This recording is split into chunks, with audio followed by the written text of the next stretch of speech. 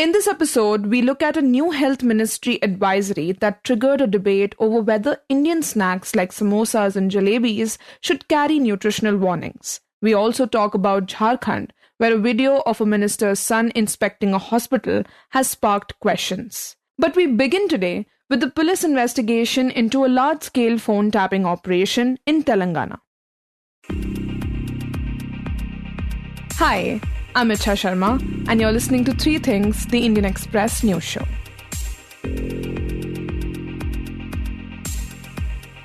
In Hyderabad, an ongoing police investigation has thrown up a startling claim that the phones of at least 600 people were allegedly tapped in the run-up to the 2023 Telangana Assembly elections. So what the Hyderabad police official sources have told me is that they have evidence to phone tapping which happened between November 16th and November 30th of 2023. And November 30th was the date of the election which happened in assembly elections in Telangana. This is the Indian Express's Nikhila Henry, who reported on the investigation for the paper. So for 15 days, starting from November 16th to November 30th, the phones of 600 people in Telangana who were persons of interest were tapped, is what the Hyderabad police investigation, which spanned over a year's time, has uncovered so far. These phone interceptions were allegedly carried out by the Special Operations Team of the Special Intelligence Bureau during the tenure of the Bharat Rashtriya Samiti government led by then Chief Minister K. Chandrasekhar Rao. A senior police officer familiar with the investigation told the Indian Express that the scale and reach of the surveillance point to a deliberate and illegal campaign to monitor opposition leaders, political workers, journalists, and others during the sensitive pre-election period. Yeah, so most of the individuals were political leaders, party workers, public representatives. There was apologists, journalists, and even businessmen whose phones were tapped, is what the Hyderabad police have said so far. So while there were these 600 people who were under surveillance, the phones of, say, spouses or, say, workers of these people were also tapped, is what the police have said. And this is as far as the evidence which is gathered is concerned. But as far as suspicion goes, the police have said that the tapping started somewhere around 2018-19 and was continuing for a long time. But according to the Telegraph Act, any sort of interception done for the purpose of the state intelligence or central intelligence should be destroyed every 6 months. It should not be stored. Those are the rules, basically. So they have been deleting or destroying the intelligence which was gathered during that period. So the police do not have evidence to what was the real extent of the tapping, is what Hyderabad police told me. And Nikhila, for those who may not already know, can you break down when and under what circumstances phone tapping is actually allowed? So basically, phone tapping can be done or surveillance over the phone can be done as per Indian Telegraph Rules 419A. So basically, if a bureaucratic channel is followed, then on the suspicion that something unlawful is happening or that person is indulging in some unlawful activity, then your phone can be under surveillance. This actually happens in the case of operations which are against left-wing extremism. So especially the phones of people who are underground or, people who are associated with the Maoist party are tapped. And the Special Intelligence Bureau of the state government basically looks into the tapping of such phones particularly. So yes, to answer your question, yes, it is possible to tap, given that you follow a bureaucratic channel and you have enough cause. So the cause is absolutely important. Right, and you mentioned earlier that the phone tapping is believed to have started around 2018-19, but that the surveillance actually peaked between November 16th and 30th in 2023. So what do we know about this 15-day window, and why is it so central to this case? So police suspects that it started in 2018-19, but there is very little or scant evidence to kind of establish that. But they do have evidence to the fact that phones of 600 people were tapped between November 16th and 30th. That was because if you look at the list of people whose phones were intercepted, they include politicians, especially those from the opposition. So during this period, the Bharat Rashtriya Samiti government was in power in the state and the opposition was the BJP and the Congress. Eventually, in 2023 elections, the Congress came to power, and it is after the Congress government took over that the phone tapping case came into light. So, why these days were central was because of the assembly elections, the police suspect, because according to a senior official whom I spoke to, the Special Intelligence Bureau or the SIB of Telangana was using, at least a wing of the SIB was using state mechanisms for political outcomes, which basically means that if you listen in on, say, opposition leaders and what their plans are, you'll be able to kind of decide how to go about your own strategy, your own election strategy. So that way, the assembly elections and the time that was very close to the assembly elections was very crucial, because of which the tapping basically increased, or there is evidence to it that it was tapped, because somebody from the SIB tried to destroy evidence, but they could recover it, is what I understood. And so, how has the former ruling party, the BRS, responded to these findings?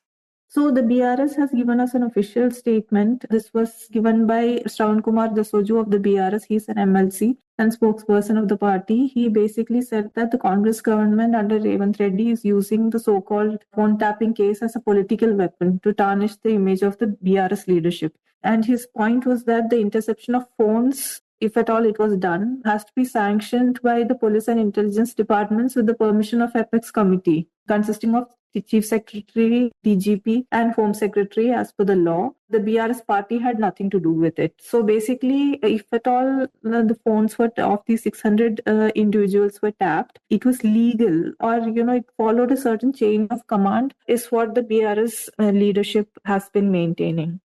Right. And speaking about the current government, what is Congress saying about the case?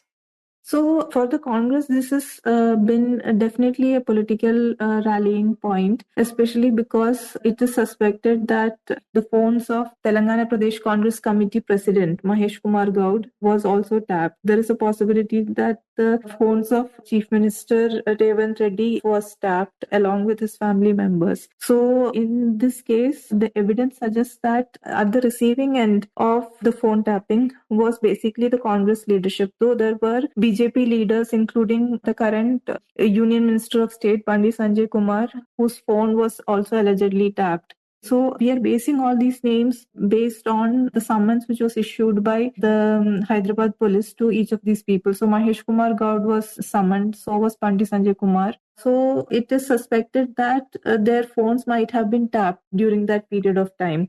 So, as far as the Congress is concerned, this is a big issue for them, especially politically, because it shows that the party in opposition, which is the BRS, used its political power to listen in on Congress leadership, including the top leadership of the state at that point of time. So, if the evidence completely clinches the fact that this tapping happened, it's a great win for the Congress. And lastly, Nikhila, we understand that the police have named 6 individuals, including the former SIB chief. But talk about how far has the investigation come along and what challenges lie ahead. Yeah, so this is one of the most challenging investigations, which Hyderabad police seems to have taken up, especially because they are up against, very senior police officials or intelligence officials themselves. So among the people, who are implicated in the case are T. Prabhakar Rao, who was the chief. He was IG SIB at one point of time, or the SIB chief. Then D. Praneeth Rao, Bhujanga Rao, M. Tirupatanna, and T. Radhakrishna Rao. All these people were arrested and later released on bail. But Prabhakar Rao has got immunity from arrest till August from the Supreme Court. So he is only being questioned for the time being. Then there is also one Mr. Shravan Kumar, who is lodged in a separate case in Chanjalguda prison, but he also has got reprieve from the arrest in the phone tapping case because the Supreme Court has given him a reprieve from arrest. And what the senior police officials who are investigating the case told me was that it is a very hard case to crack, especially because there are parties involved, who are being questioned right now, who are not cooperating with the investigations, what they were saying. So I think that they will have to convince the Supreme Court to make arrest possible, and which is what they are trying, especially in the case of Mr. Prabhakar Rao, who was the SIB chief. So the next course of action will be to arrest everybody who are accused in the case, especially the top officials, and question them. And next, we shift our focus to a recent advisory to publicly display sugar and fat content in food served at offices and schools. The Union Health Secretary Punya Salil Srivastav recently sent out a note to all ministers and government departments suggesting that they should start displaying details about sugar and fat content in everyday foods in their offices and other public institutions. And in this letter, she also recommended doing this for schools and offices at large. Now, this triggered a wave of media reports claiming that warning labels might soon appear on popular Indian snacks like samosas and jalebis. Fatty snacks alert is now the story that we are addressing, where a warning is now expected for fried desi snacks. Jalebi, samosa, kachori, vada pav, French fries जैसे snacks में मौजूद sugar और oil सेहत के लिए उतने ही खतरनाक हैं जितना तंबाकू. पण समोसा खाण्याचे शौकीन आहात का? जर हो तर सावधान, कारण आता समोसा आणि जलेबी हे सिगरेट प्रमाणे घातक असल्याची बाब समोर आलेली आहे. आरोग्य मंत्रालयाने In fact, we later also heard from West Bengal Chief Minister Mamata Banerjee, who made it clear that West Bengal at least won't be implementing this. So what exactly was this request from the Health Secretary all about? And what's the thinking behind it? To break it down, my colleague Niharika Nanda speaks to the Indian Express's Anona Dutt. Anona, because there is some confusion around this, can you tell us what the Health Secretary's letter actually said? So the letter that Union Health Secretary Punya Salila Srivastava sent to the other ministry was a simple sort of advisory guideline which said that offices and schools should put up these boards on near canteens, etc., to display how much sugar or how much oil was contained in fried snacks and some junk foods. It did mention samosas and jalebis, but also it did mention burgers and fries and pizzas as well. And it just gave information on how many grams of fat and how many grams of sugar each of these snacks contained. And what kind of information did she say these boards should include? So these boards, and there were some sample templates that were shared with the offices, would have, very graphic boards with different snacks drawn on, and every snack, it comes with a mention of how much oil it contains. So for example, it says that samosa, so if you say 100 grams of samosa, it contains 17 grams of fat. If you say 10 pakoras, which would be about 130 grams, would contain 14 grams of fat. 4 slices of pizza, which would be about 428 grams, would contain 40 grams of fat. Similarly, for French fries, one serving of about 117 grams would contain 17 grams of fat. So these are described. Then, the board also says that recommended limit, one should consume only about 27 to 30 grams of fat per day. So it reminds you that this is how much you should be eating, and you can calculate that according to the snacks you have. Then in the sugar boards, you would have, say, it says maximum sugar intake per day is about, say, 25 grams, which translates to 5 teaspoons of sugar. And then there are drawings of these, say, gulab jamun, which contains, say, 11 teaspoons,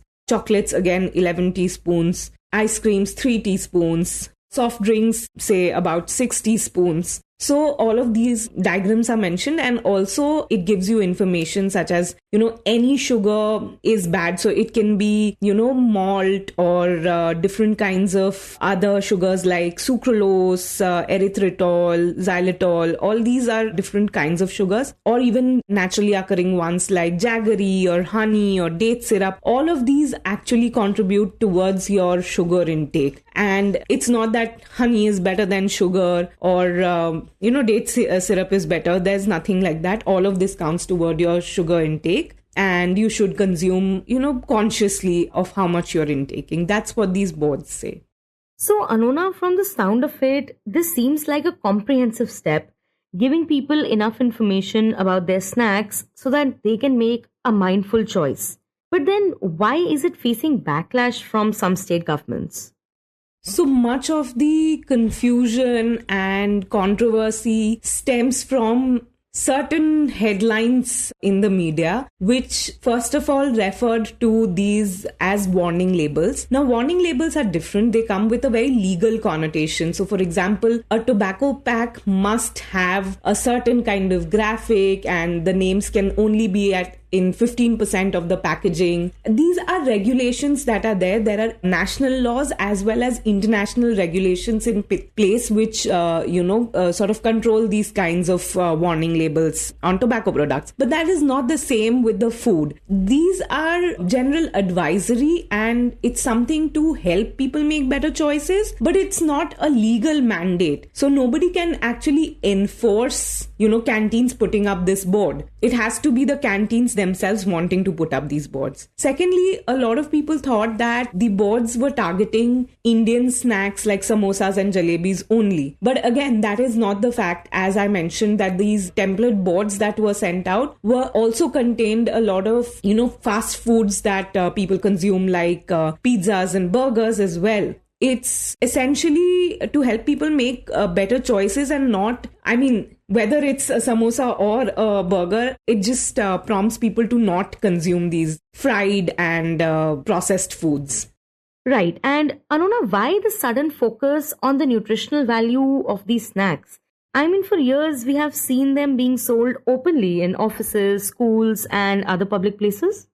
Correct. So these are sort of like visual reminders at the point of purchase of food that, okay, you would be consuming this much oil and this much sugar if you have a samosa, if you have a burger, if you have a pizza. And it's just sort of present there to remind you that, okay, you should be eating healthier. You shouldn't be having more than, say, 5 teaspoons of sugar. You shouldn't be having more than a certain amount of oils, etc. So it's just a visual reminder so that people people make healthier choices, but it's not enforceable. So there's a focus on healthier eating and preventing obesity, which has been happening over the years. It, initially started with the Apex Food Regulator coming up with Eat Right campaigns, etc. But it has gained momentum, especially considering that, the predictions show that India would be among one of the top countries with the highest number of people who are overweight and obese by 2050. And this matters because obesity is a risk factor for several other lifestyle disorders like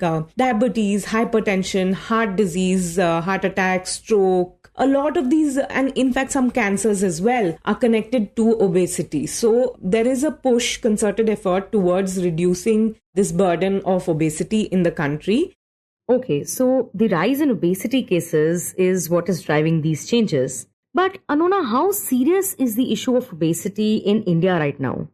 So if you look at the data from Lancet's Global Burden of Disease study, it puts the number of obese and overweight adults in 2021 in India to be around 18 crores. And this burden is likely to go up to 44.9 crores by 2050. So that's a huge number, and that is what these studies, and there are several studies which sort of mirror these numbers. Another problem with India is that we have people with abdominal obesity. So if we go by only the BMI definition of obesity, people who might not cut the BMI mark for being obese might still have the impacts of obesity because they store fat around their abdomen, and fat around the abdomen is not usually underneath the skin like in the rest of the body. It stays on different organs and affects their functioning. So it has much more ill effect on these lifestyle disorders. So you're much more likely to have more of hypertension, more of diabetes, etc. when there is abdominal obesity. And that's a challenge which is very prevalent in, say, Southeast Asia.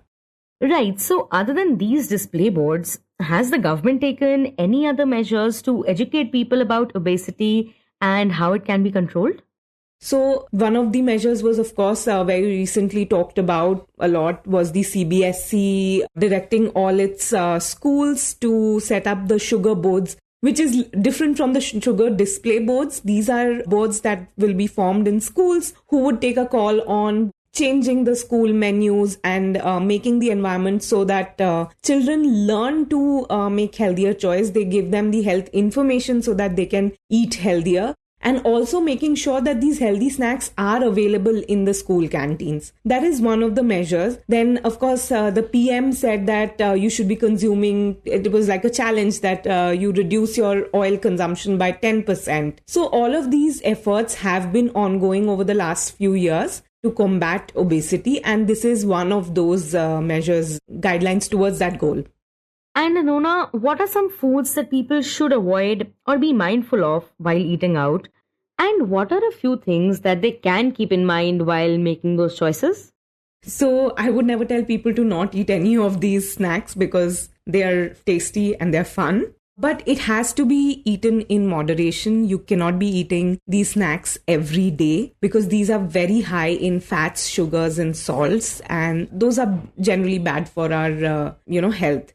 So these foods have to be consumed in limited quantities, if ever. Experts suggest that having a meal plan around. So, you have planned outings for, burger, soda, pizza, whatever, so that you are not eating that regularly. Another thing that is very common in the fast food industry or, the roadside fried snacks that we get is reusing the fried oil. And that is also quite harmful because a lot of the fatty acids in the oils, when you're heating those at the higher temperature, get oxidized and they form harmful compounds, which again increase your risk of, say, cardiovascular diseases and cancers, etc. So reheating of oils should be avoided. So if you're having these snacks, making them at home is just better. At home also, it's suggested that you don't reuse the oil, or you can use an oil that you've used for, say, frying something to make a curry, and then that's it. You don't fry the same oil twice at a very high temperature. That is something doable that you can do at home. Other than that, yes, there's also the matter of trans fats. So trans fats are thought to be more dangerous than the what we call the bad cholesterol. That's because eating trans fats can actually increase your bad cholesterol as well as decrease your good cholesterol. So it's a double whammy. And these trans fats are, put in a lot of these prepackaged foods. Fast foods, potato chips, cookies, etc. contain these fats. So again, it's a good idea to avoid these foods as much as possible and have it only sparingly. And finally, we turn to a row that's broken out in Jharkhand. A video of Jharkhand Health Minister Irfan Ansari's son, Krish Ansari, inspecting a hospital in Ranchi has sparked political controversy. The video posted on Krish's Instagram shows him walking through hospital wards and asking patients if they're facing any issues. At one point, someone in the background is heard saying, "Mantri ji ke bete aaye hue hain, bade bete," meaning the minister's elder son is here. कोई तकलीफ है तो बताइए, मंत्री जी का लड़का आए हुए हैं, बड़े लड़का आए हुए हैं, बताइए. This further intensified the debate. Now, in response, Minister Irfan Ansari issued a public statement defending his son. He clarified that Krish wasn't at the Rajendra Institute of Medical Sciences on any official visit. He said Krish had gone there to check on the ailing father of his teacher, Aditya Kumar Jha, who was admitted to the hospital. आज morning में मैं देख रहा हूँ कि बातें आई, मैंने पता किया, मैंने फटकार लगाया और जब मैं अंदर गया तो लगा कि कोई गलत तो नहीं है. मेरा बेटा रिएक्शन क्यों करेगा?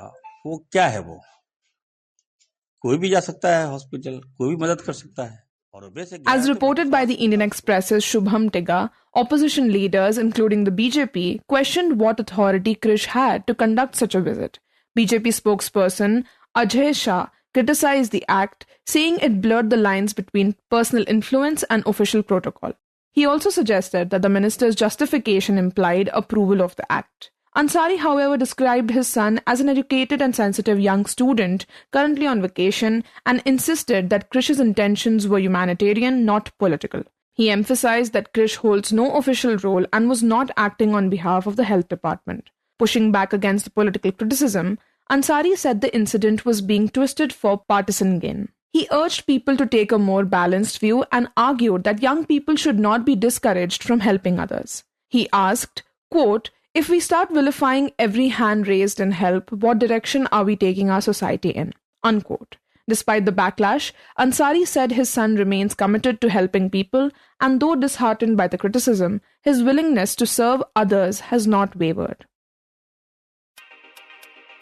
You were listening to Three Things by The Indian Express. Today's show was edited and mixed by Suresh Pawar and produced by Niharika Nanda and me, Ichha Sharma. If you like the show, do subscribe to us wherever you get your podcast. You can also recommend it to someone you think may like it, with a friend or in your family. This is the best way for people to get to know about us. You can also tweet us at Express Podcast or write to us at podcast@indianexpress.com.